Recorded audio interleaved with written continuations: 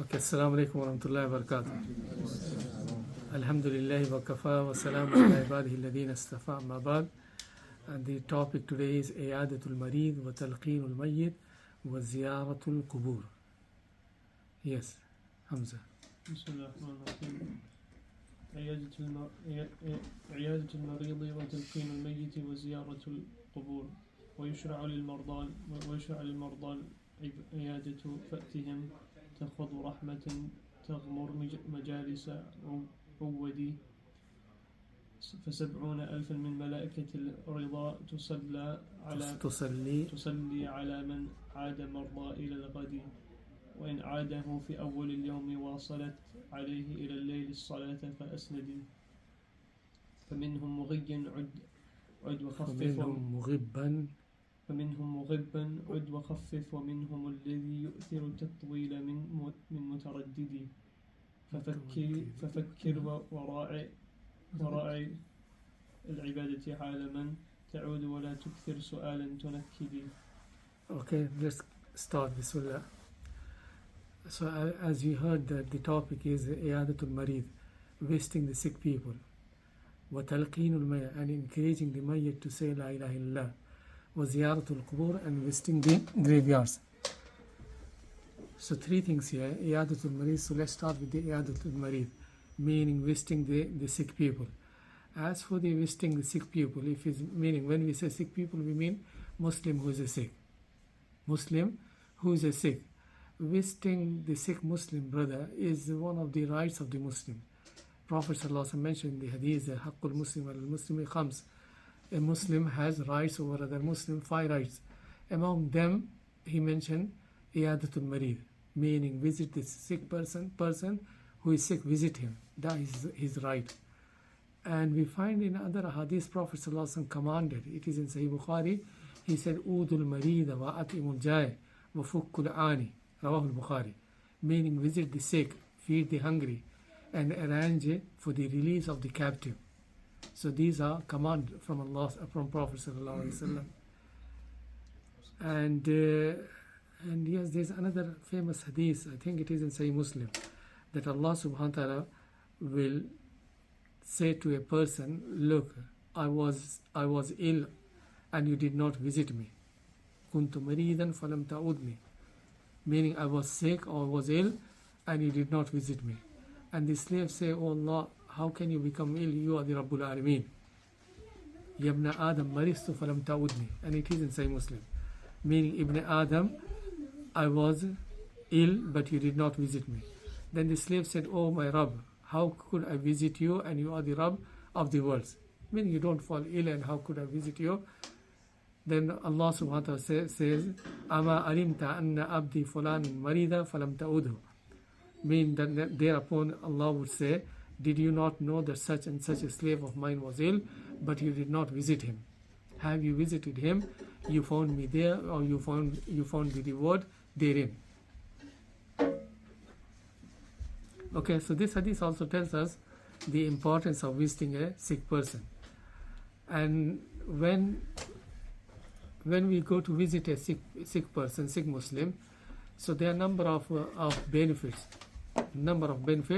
Some benefits for the visitor and some benefits are there for the sick person himself. Meaning when a Muslim is visiting his fellow Muslim who is ill or sick, so both parties will get some benefits. The visitor, what benefit he will get? Obviously he is fulfilling the command of Prophet sallallahu alaihi wasallam. Command of Allah and command of Prophet sallallahu alaihi wasallam, he is fulfilling, then obviously he will be rewarded. Okay, the other benefit that the visitor will get, it is being mentioned in the poetry itself. We'll come to that. Meaning he has mentioned in the poetry the other benefits that the visitor will get. For example, 70,000 people, 70,000 angels will pray for him. If he visits in the morning, they will be praying until the evening. If you visit in the evening, those 70,000 malak, meaning 70,000 angels, will be making dua for him. وَكَانَ لَهُ خَرِيفٌ فِي الْجَنَّةِ. And this hadith has been authenticated by Imam Tirmidhi, and I think Shaykh Albani has also regarded this authentic hadith. وَكَانَ لَهُ خَرِيفٌ فِي الْجَنَّةِ, meaning he will have his share of reaped fruits in Jannah. Meaning this visiting will be path to the Jannah and to the delights of the Jannah. So that is very, what we say, huge benefit or reward. Another thing that benefit he will get is when he sees his fellow Muslim, sick and ill on the bed, cannot move, and sometimes you find what we say, drapes and this and that, and he's the same person, or he was your friend, healthy and walking as you. So you will learn the lesson. You won't take the health and the blessings of Allah for granted. For example, when you are moving, your limbs are working, you are healthy, you take things, you don't appreciate the blessings of Allah subhanahu wa ta'ala. But once you visit those people who are ill, not able even to move, not able even to go for toilet, for example, not able even to eat by themselves, then you will realize the blessings of Allah and how, the health is, meaning it will make you realize the great blessings of Allah and appreciate the health that Allah subhanahu wa ta'ala has bestowed upon you. So these are the few benefits for the visitor. As for the one who is being visited, yes, he will also benefit. For example, especially in these countries, you find many people are ill and no one is visiting. Even children are busy with their worldly life. Only weekend they can go sometime. So obviously these visiting people, these sick people, when they find that their fellow Muslims are taking care of them and coming to visit them now and then, it will bring happiness to them. It will bring happiness to them and solace for them, meaning yes, they will get comfort and they will enjoy. And yes, they will enjoy, and it may help them recover quickly as well. Sometimes when you are depressed and when you are on your own, obviously, and you see no one is taking care of your own relatives, children not coming, and then when he finds that his fellow Muslims and the other relatives are coming regularly, yes, it will lift his morale and may help the person to recover better or recover quick. And obviously it will increase the mutual love as well. It will increase the mutual love and respect. For example, when he will make up and get better, he will remember that when I was ill and admitted in the hospital for a week or two, so and so and so people came to visit me. And he will also remember that other people who might have been even more closer or more friendly didn't come. So that will leave a bad taste to him, and he will appreciate those who have come and visited him. So these are the few rulings or few things regarding the visiting the sick people. Let's take the poetry. He's saying وَيُشْرَوْ لِلْمَرْضَى الْإِيَادَةُ فَاتِهِمْ, meaning it is sanctioned. Not only sanctioned, highly recommended. It is right of the sick people. One of the right of the Muslim that when he's sick, you visit him. Fatihim, so come to them, visit the sick people. And you will be تَخُذْ رَحْمَةً تَغْمُرُ مَجَالِسَ أُوَدِ, meaning you will be enveloped in the mercy of Allah subhanahu wa ta'ala. You will enveloped in the mercy of Allah subhanahu wa ta'ala. And I mentioned the hadith, 70,000 angels will make dua for him. And he will be he's in the Jannah picking its fruits or taking his share. فَسَبُونَ أَلْفًا مِنَ الْمَلَائِكَةِ الرِّضَى تُصَلِّي عَلَى مَنْ آدَ مَرْضَى إِلَى الْغَدِ.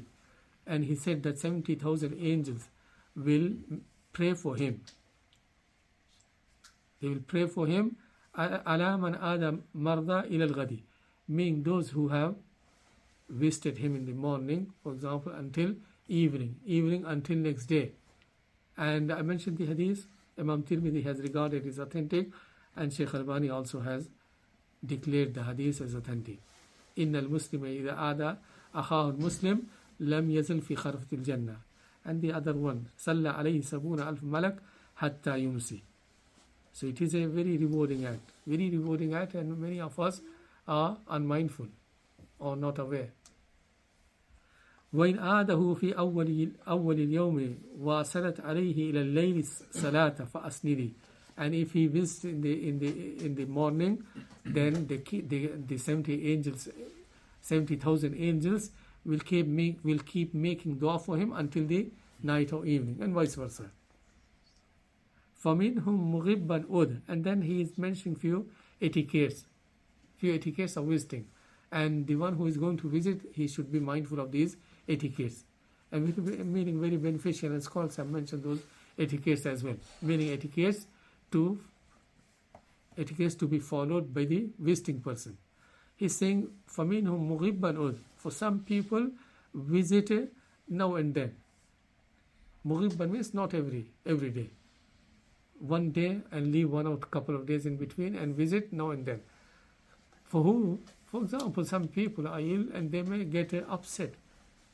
They may not enjoy people coming and asking and coming and going. Or maybe, yes, his close friends or relatives. Let's say his relatives are there and he wants to spend time with them rather than far relatives or friends or people from the Jama'ah also. In that case, don't visit them regular. Give them gap. Okay, the whole purpose of visiting be careful. This is the bottom line. The whole purpose of visiting the sick people is to bring some comfort and joy especially to the sick person. So look what he wants. If he wants you to be there every day, go. If he wants to be there for longer time, yes, stay. If he wants to be there for a little time and not ask too many questions, otherwise sick people are of different level. Someone are extremely sick and someone are normal. So meaning look what the person is willing from you, wants from you, or what brings joy for him, and then follow. If you think that yes, he likes you being there, yes, then stay. If he wants if he's saying okay, sit down, there's no need to rush or hurry, then yeah, spend some time. But if you see that he is being upset or he has something more serious issue than you also, then shorten the visit. That's what he's saying. فَمِنْهُمْ مُغِبًّا أُدْ. For some people, visit now and then, not regular. وَمِنْهُمُ and vice versa as well. For some sick people, when they are enjoying your company, your visit, go regular or more often. وَمِنْهُمُ الَّذِي يُثِرُ التَّتْوِيلَ مِنْ مُتَوَدِّدِ. And for some sick people, they may like a longer stay. They may want the person to stay for longer, then stay for longer.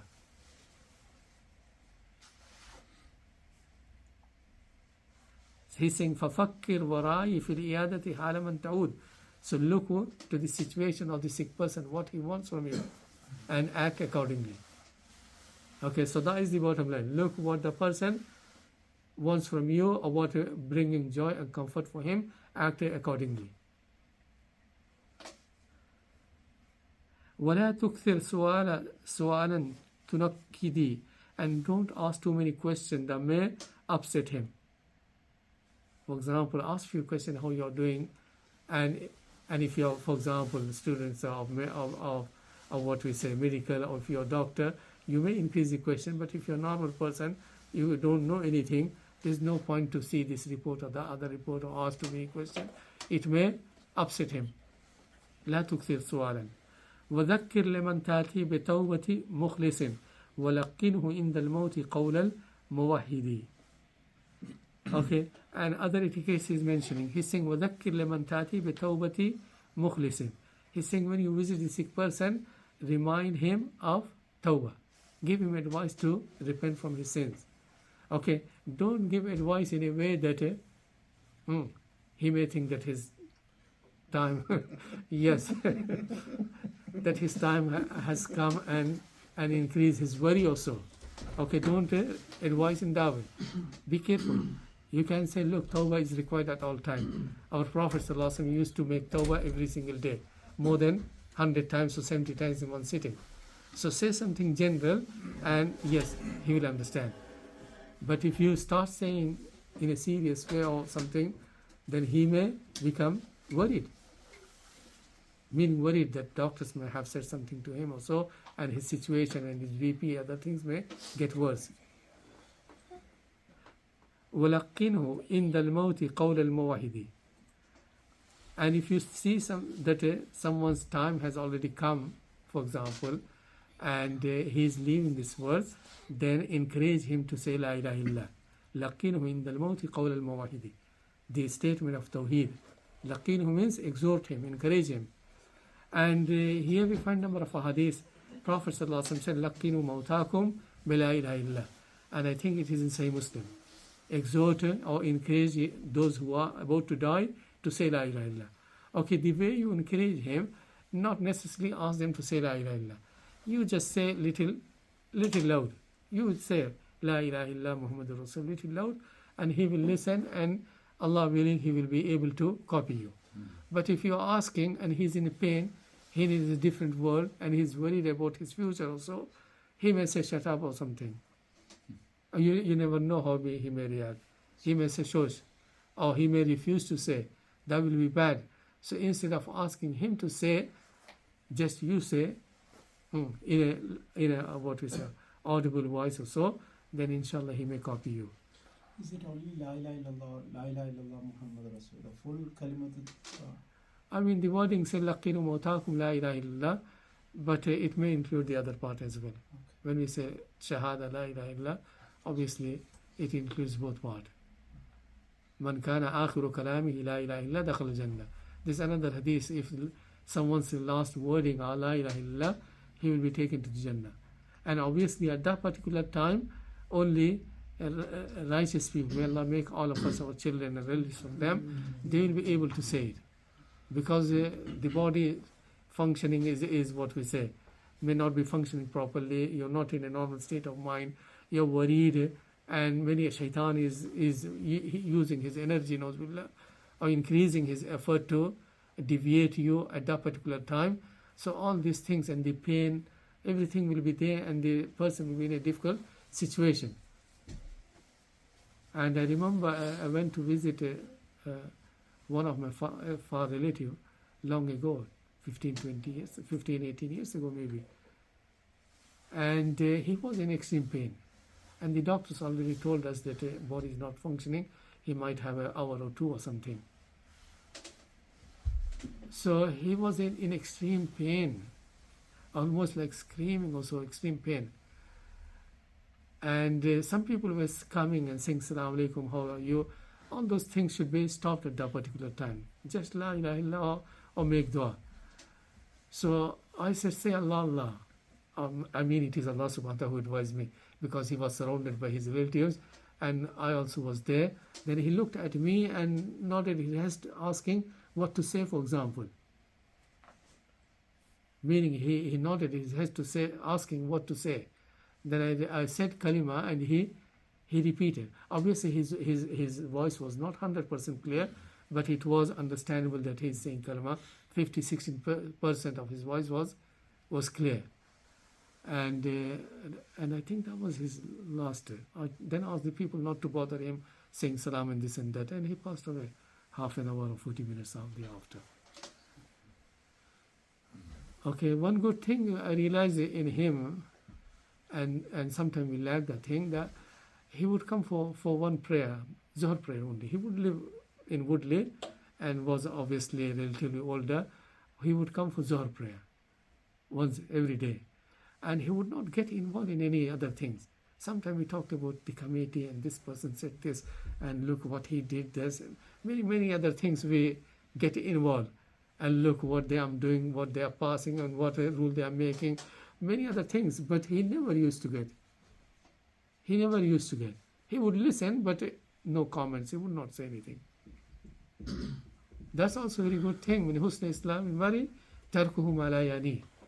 And plus, if committee or security or this and that, yes, they do something, meaning they commit something wrong, or they make things difficult, and then they may not run the center or mosque in a way it should be. But yes, instead of talking, let's go to them directly and express your concern or give nasiha. If they accept, that's fine. Otherwise, leave them. You have done what was required. Okay, let's move ahead. وَلَقِّنْهُ إِنْدَ الْمَوْتِ قَوْلَ الْمَوَاهِدِ وَيَاسِينَ وَإِنْ تُتْلَى يُخَفَّفْ مَوْتُهُ وَيُرْفَعُ عَنْهُ الْإِسْرُ إِنْدَ التَّلَحُّدِ. And now the author, I mean the Mardawi, he's saying and read Yasin. If Yasin is recited, he's not saying read, he's saying Yasin in tutla, meaning if Surah Yasin is recited when a person is about to die, yukhaffafu mautuhu, meaning that will make his depart easier, meaning the ruh may be taken and the process may made easier for him.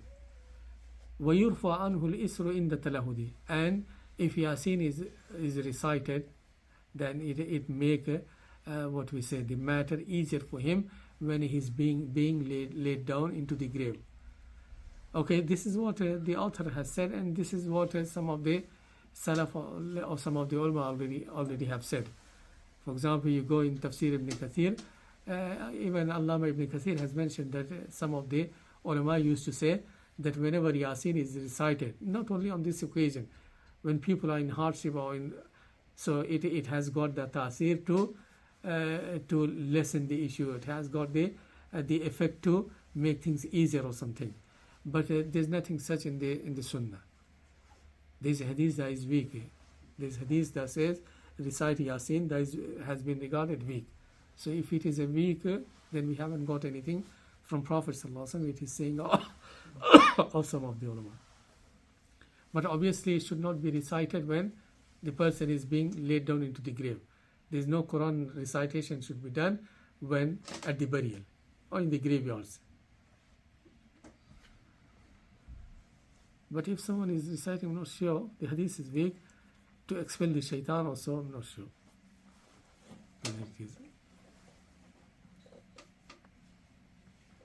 I mean, subhanallah, shaitan at that particular time, because he knows that the opportunity is slipping from him. The person is so he will increase his effort to deviate and confuse. And it is Allah subhanahu wa ta'ala who will keep يثبت الله الذين آمنوا بالقول الثابت في الحياة الدنيا, meaning it is Allah subhanahu wa ta'ala mercy and tawfiq. Imam Ahmad ibn Hanbal, when he was extremely ill and people knew that the last time has come, he got fainted. And or almost. And his children and students were encouraging him to say La ilaha illallah, and he was saying La ba'du la, but not yet, something. Okay, then he regained his composure. Then his children and students said, look, we were asking you to say La ilaha illallah, and you were saying not yet. What it was? Whether you were responding to us? He said, no, I wasn't responding to your kalima. I was responding to shaitan. He was saying Fusta Ya ibn Hanbal, meaning it was shaitan who was saying, you have escaped me and you've been successful. And I was saying, not yet, until the ruh is there, I'm prone to the fitna. Say subhanallah. Meaning he fears for the fitna. Imam Ahmad ibn Hanbal, Imam Ahlul Sunnah wal Jama'ah. So what about other people? Meaning he was saying, not yet, until the ruh is taken upon iman. So he was saying, I wasn't responding to you people, it was for shaitan. Okay, let's move to other issues. He's saying, وَوَفِّ دُيُونَ الْمَيِّتِ شَرْعًا وَفَرِّقًا وَسِيَّةَ عَدْلٍ ثُمَّ تَجْهِيزَهُ قْصِدِي.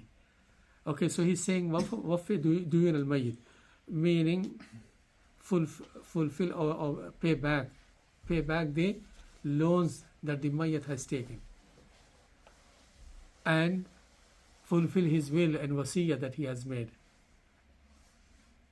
and spend his wealth fi tajheez, meaning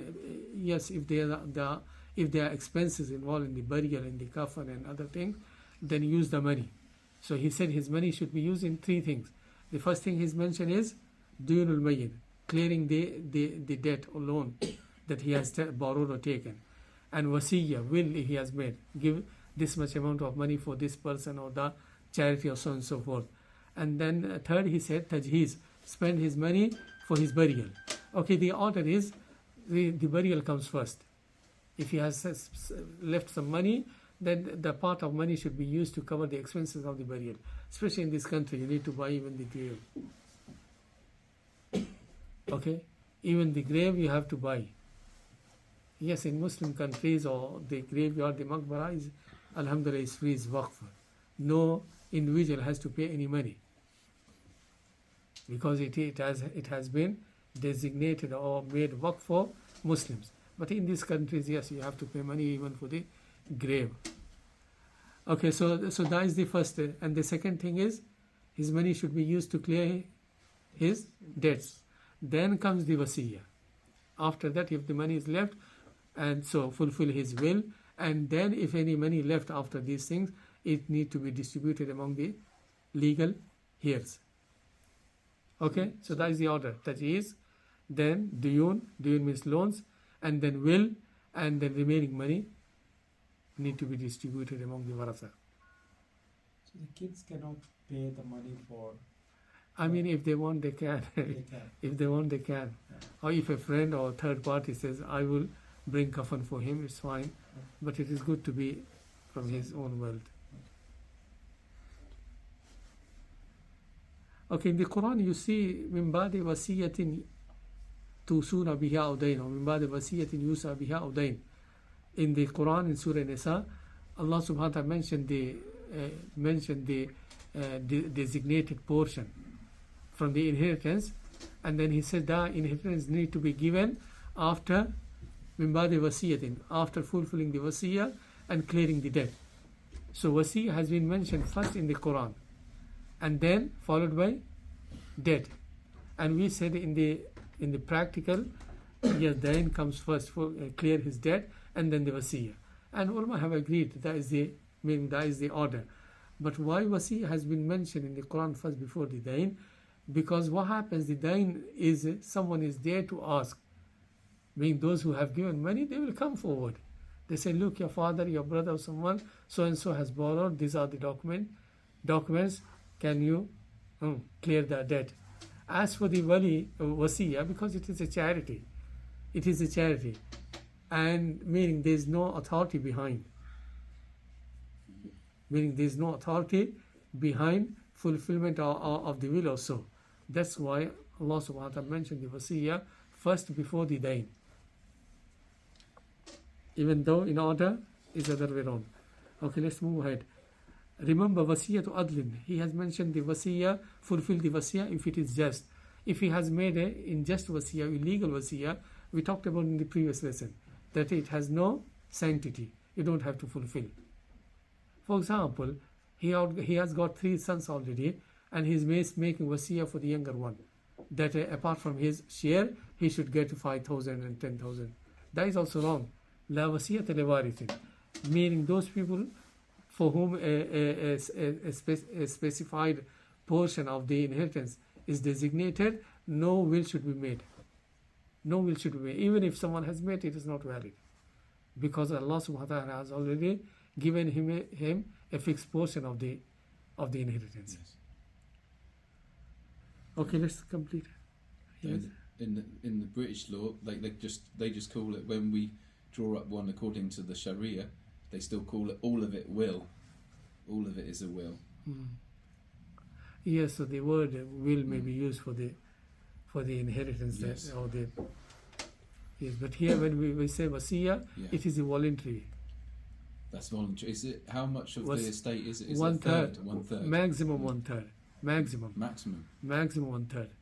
If someone can bring down to 1/4 or 1/5, it's fine. Oh. Why? Because in the Hadith, Prophet ﷺ said, "Wathuluthu kathir," the maximum that you can make. Because now what happens when you are at that particular time, your control in the wealth is lessened. Now it is going for your inheritors. Okay, when you are healthy also, you have full say regarding your own savings. But at that particular time, okay, the wealth is transferring to the legal inheritance. Your control or your say has been reduced. So maximum will can be made for 1/3, and it is good to leave your warasa, meaning portion for your waratha. So they are, for example, your children, your wives, so they are well off even after you.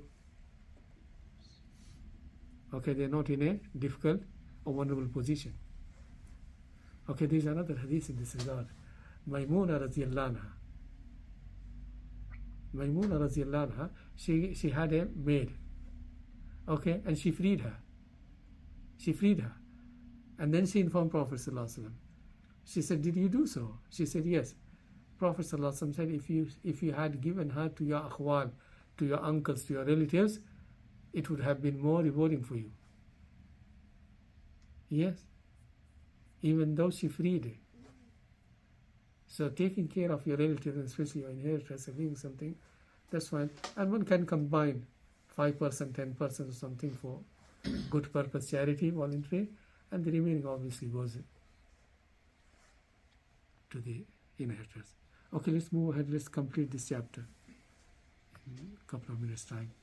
وَيُخْتَارُ لِلْغُسْلِ الْأَمِينُ وَعَالِمٌ. He's saying, as for the ghusl, a person who is knowledgeable, a person who is trustworthy, he should be given the charge. Two things he mentioned: knowledge, how to give bath, and he is trustworthy. Why these two are important?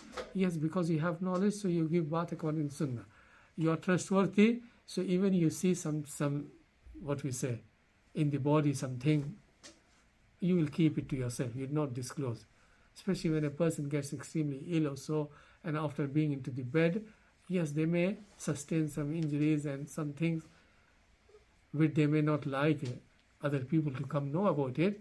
So yes, if a person is trustworthy, he will keep to him, and that is what's required. Okay, so he has to be alim bi ahkam taghsil walau bi taqalludi. Pay attention, he's saying he needs to be knowledgeable of the way to give ghusl according to Sunnah. Walau bi taqalludi, even though he has learned from other people. Okay, knowledge has two ways. One is that you go to the books, to the fiqh books, and to the relevant books and learn. So this is knowledge that you have acquired by learning. And one knowledge that you have learned by looking at other people.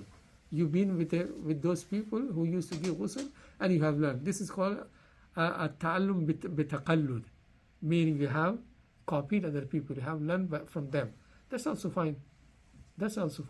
Not everyone learns by going to the real sources. Sometimes he learns by looking and imitating other people. Okay, وَلَا تُفْشِ سِرًّا يُثِرُ الْمَيِّتُ كَتْمُهُ. And he's saying those who are giving bath, they should not disclose any secret or anything deficient if they have seen in the body. This is amana. Okay, this is amana for the person. Keep to yourself. Don't disclose it to other people. Okay, seva the fujurin wabtidai mu'awwadi. He's saying except for if a person was really bad and person of bid'ah, okay, then you can say it. For example, with the good intention that it may, what we say, yes, it may be a lesson for the living people, other people. For example, someone known to be a transgressor, or known to be a person of bid'ah and dalal, for example, and you after ghusl you can say, look, his color was changed, and so forth. Okay, and his face got blackish or something. That's fine. It may, what we say, it will prevent other people from being bad or being wrong. Okay, وَفَاضِلُ مَا يُجْبَى لِمَيْتٍ لِرَبِّهِ وَإِنْ جَهِلُوا فَاصْرِفْ لِآخِرِ تَهْتَدِي. Okay, what he's saying that وَفَاضِلُ مَا يُجْبَى لِمَيْتٍ, meaning, for example, someone passed away and left nothing behind, and you are raising charity or something, or a general charity, a few people coming together and putting money. So he's saying if something has left, then return back to those who have donated. Let's say 5 people, 10 people came with for 200 pound or something, and after the expenses some money left. So return those money to those who have donated, or use for the same purpose in future, for example. وَإِنْ جَهِلُوا فَاصْرِفْ لِآخَرَ تَهْتَدِي وَلَا تَمْنَعًا مِنْ رُؤْيَةِ الْمَيِّتِ أَهْلُهُ. And for example, if someone passed away and his family or friends want to see his face, don't say no. Don't say no. Okay, unless, for example, if she's lady and someone, a stranger wants to see, then you have the right. Otherwise, if a relative, visitor or relative or friends come and they want to uncover the face and say, so the close relative should not stop them. وَلَا تَمْنَنْ مِنْ رُؤْيَةِ الْمَيْتِ أَهْلًا وَتَقْبِيلُهُ. And kissing also is fine. For example, kissing the forehead of the mayyit is fine. Abu Bakr Siddiq did for Prophet Sallallahu Alaihi Wasallam. Prophet Sallallahu Alaihi Wasallam did for his son, I think, Ibrahim, and so on and so forth. Okay, وَتَعْزِيَةُ الْمَرْءِ الْمُصَابِ فَضِيلَةٌ. And ta'ziyah. What ta'ziyah means? Yes, Mujahid. What do you say about the woman's face? I said if someone wants to see the face of deceased, don't stop. Let them see until there's a reason. Like let's say the lady passed away and a stranger wants to come and see the face. Yes, the children or the husband has right to say no.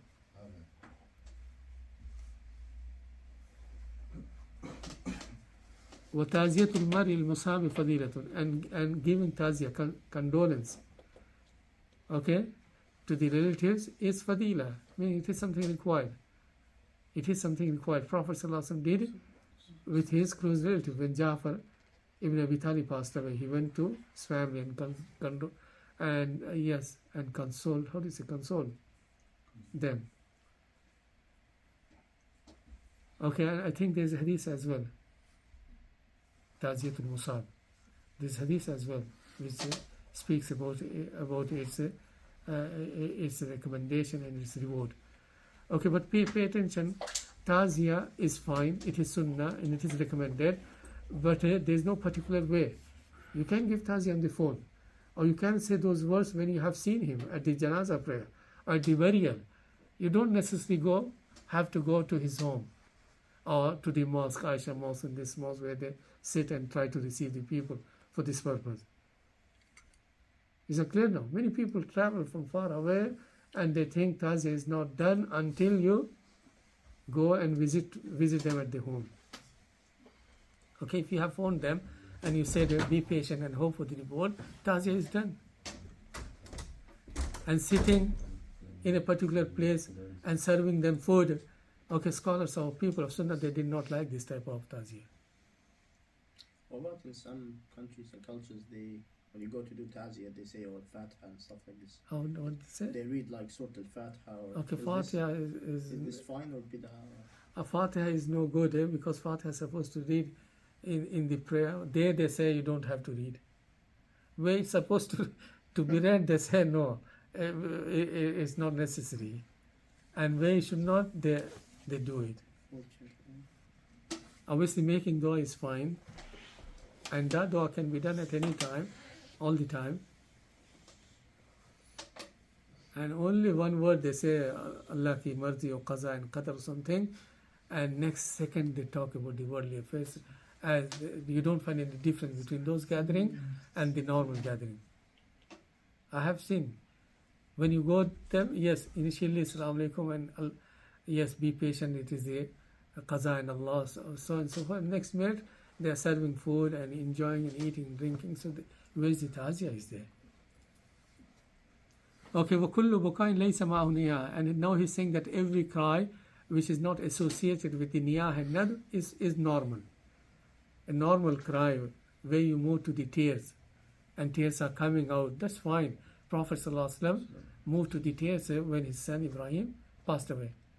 And some companion asked, he said, this is the rahmah that Allah has placed in the mercy that has placed in the hearts of the people and the believers especially. Okay, what niyah and nadr means? When you are crying out loud, showing your annoyance and wailing and mentioning the benefits and mentioning the loss that the people or the relatives are going to face because of his death, and so that shows the annoyance against the dhikr of Allah. That is strictly prohibited. It's kabair. That type of crying and wailing is from the major sins. And there are a number of hadiths. Now I want to conclude quickly. Otherwise there are a number of hadiths that tells about the prohibition of niyaha. Ana bari'u min as-sariqa wa hariqa wa shaqqa. Very famous hadith. I'm free from those people and those women who scream or cry loud and yes, tear their clothes and shave the head and so on and so forth. وَيَحْرُمُ شَقُّ الْجَيْبِ. And he said that what we say, ripping off or tearing off of the garment and hitting the face. وَلَتْمُ بَعْدَهُ نِيَاهَ مَا نَدْبٍ وَشْوَاءٍ. All these things are strictly prohibited. لَيْسَ مِنَّا مَنْ ضَرَبَ الْخُدُودَ وَشَقَّ الْجُيُوبَ وَدَاعَ بِدَاعِ الْجَاهِلِيَّةِ. It is in Sahih Muslim, if I'm not wrong. Prophet ﷺ said he is not one of us who hits his face and his chest and his cheeks, and who turns or tears his clothes off, and wada bidawul jahiliyat, and laments the lamenting of the jahiliyah, means mentioning the loss and wailing and what a musibah we have been afflicted with, and who is going to bring the food. He was the breadwinner, and this and that, and you cry and wail instead of being patient and hoping for the reward and hoping that Allah subhanahu wa ta'ala will provide you better alternative. All these things are strictly prohibited. وَيُشْرُوا لِذُكْرَانِ زُورَ مَقَابِرٍ. And he's saying it is highly recommended and it is legislated for the male to visit the maqabir, graveyards. Okay, so you benefit and the person. You make dua for them when you visit, and your visit to the graveyards reminds you of the hereafter and reminds you that you are also you're also heading to the same direction. Okay, and he's saying وَيُكْرَهُ فِي أَوْلَ الْمَقَالِ لِلنُّهَدِ. And it is disliked according to the correct opinion for the woman. Regarding the woman, there is a ikhtilaf, obviously. Regular visiting is prohibited. Now and then, occasionally, some scholars allowed, and some people of Sunnah, they don't allow. They say it is wrong. And then he's saying وَيُهْدِي إِلَيْهِمْ مَا تَيَسَّرَ فِعْلُهُ مِنَ الْبِرِّ وَالْقُرْآنِ يَنْفُ مَنْ هُدِي. And he's saying وَأَهْدَى يُهْدِي وَيُهْدِي إِلَيْهِمْ. And the relatives can gift for him مَا تَيَسَّرَ فِعْلُهُ مِنَ الْبِرِّ, meaning righteous act that the relatives are doing of friends, they can give the reward for the deceased. And he's saying Quran, and reciting Quran as well, يَنْفَ مَنْ هُدِي. And he's saying it will benefit the deceased to whom it has been gifted. Okay, regarding here, even though he said the recitation of Quran can be gifted, it's reward for the deceased, but the correct opinion looks like that, meaning what is the asl? The basic principle is أَلَّيْسَ لِلْإِنسَانِ إِلَّا مَا سَعَى. You get the reward for what you have done. As Allah mentioned in the Quran, وَلَّيْسَ لِلْإِنسَانِ إِلَّا مَا سَعَى. You be rewarded for the action, right, that you have done. Okay, however, because meaning this is the bottom line, and we have some exceptions. For example, if a person is doing Umrah or Hajj or giving charity on the behalf of the deceased, he will be benefit. So scholars say because this is against the normal principle, we need to have dalil. We have dalil for the Hajj, we have dalil for Umrah, we have dalil for the dua, the benefits, we have dalil for sadaqah. So because it is against the normal principle, so keep to the things for which we have dalil. As for the Quran, we don't. We don't have dalil for the saying that the reward of the Quran or the other acts. Like the prayer, for example. You pray 2 rakah sunnah and say this reward should go to the deceased. We don't have dalil for this. Well, wouldn't it naturally go, like if it's your parents, whatever good deeds you're doing is naturally going to them? Okay, yes, if they have played a part in the tarbiyah, if they have played a part in the tarbiyah, they taught you, and they put you into al-madrasa, or they used to bring and drop you to the mosque to learn, they have played, obviously they will be rewarded, because they have given the tarbiyah for you, and they have raised you in that way. Okay, وَمَا قَدْ رُوِيَ عِنْدَ الْمَزُورِ بِقَوْلِهِ فَكَمْ مُرْسَلٍ قَدْ جَاءَ فِي مُسْلِمٍ. And he's saying that, okay, many ahadith are recorded regarding what to be said when you visit. What you say? Assalamu ala ahli diyar min al-muslimin wal-mu'minin wa inna inshallah bikum lahiqun. Nas'alullah lana wa lakum al-salamata wal-afiyah. Aw kama warada. Meaning these are the wording. So that's what he's saying. When you visit, say these words. Don't say the other words. وَيُكْرَهُ تَتْبِيبُ. This is the last line we are concluding. وَيُكْرَهُ تطيب القبور وسرجها, and perfuming the graves and lightening them is yukra. Yukra means disliked, or it is, let's say, prohibited. Scholars used to use the word ikra to refer tahrim. So it is haram, or it is prohibited. What it means, tatib can be done in a different way. Pour some perfume in liquid form, or spray something to the grave, or put the flowers or this and that. Okay, regarding the putting flowers, it is the custom of other people. It should be avoided. As for the tat'ib al-qubur, there is other mahdur as well. What, for example, if you have poured some specific perfume or so, and the smell may remain for days, and a person thereafter may come and he may think, oh, what we say, the smell from the Jannah is coming. Be careful. Yes, he may think. He's not aware. He hasn't seen the relatives doing so. He may think that, oh, the smell of the Jannah is coming. The person may be very righteous and now start committing shirkiya acts. Yes. Start making dua or start asking the person. So there is danger that these type of actions may lead to illegal belief or something wrong being associated with the grave. Wasarjuha, and putting lamp or lightning or making mazar, shrine, all these things are strictly prohibited. Wallathmiha, and kissing the grave, and wal-akhdh min turbiha, and taking some, what we say, part of the soil. For example, you say, oh, he was a wali, so even the soil may have some barakah in it. This is all shirki and corrupted, what we say, belief. Okay, so he has mentioned many rulings related with the ziyaratul qubur and iyadatul marda and talqeenul mayyit. And may Allah keep us firm upon Iman in Islam, and may Allah grant all of us, our relatives, the Khatima Hasana, and make our life upon Islam and Iman ظاهرا وباطنا وحقيقة.